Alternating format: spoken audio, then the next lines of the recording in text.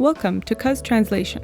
In this tutorial, you will learn how to create a document translation project. To begin, click the big blue button at the top right corner of the projects page. Select the document translation option. You can drag and drop your files into the highlighted area or click it to upload manually.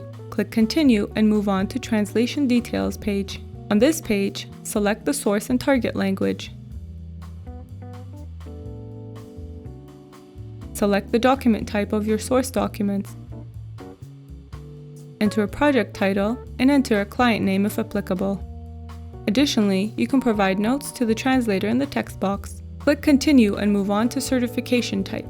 On this page, select from the certification options provided. Click Continue and move on to Delivery Details. Set your translator preference, select the delivery date for your project, and select the delivery preference. Click Continue and move on to the translator selection page to select the translator. This option will be available if you opted to select your own translator. Click Continue and move on to Review Project Details. Take a final look over the details of your project and click Continue to move on to Payment Details. If you have a referral code, write it in the appropriate section. If you don't have a payment method saved, you can add one by clicking the Add New Payment Method button. Click Submit to send your project request to the translator.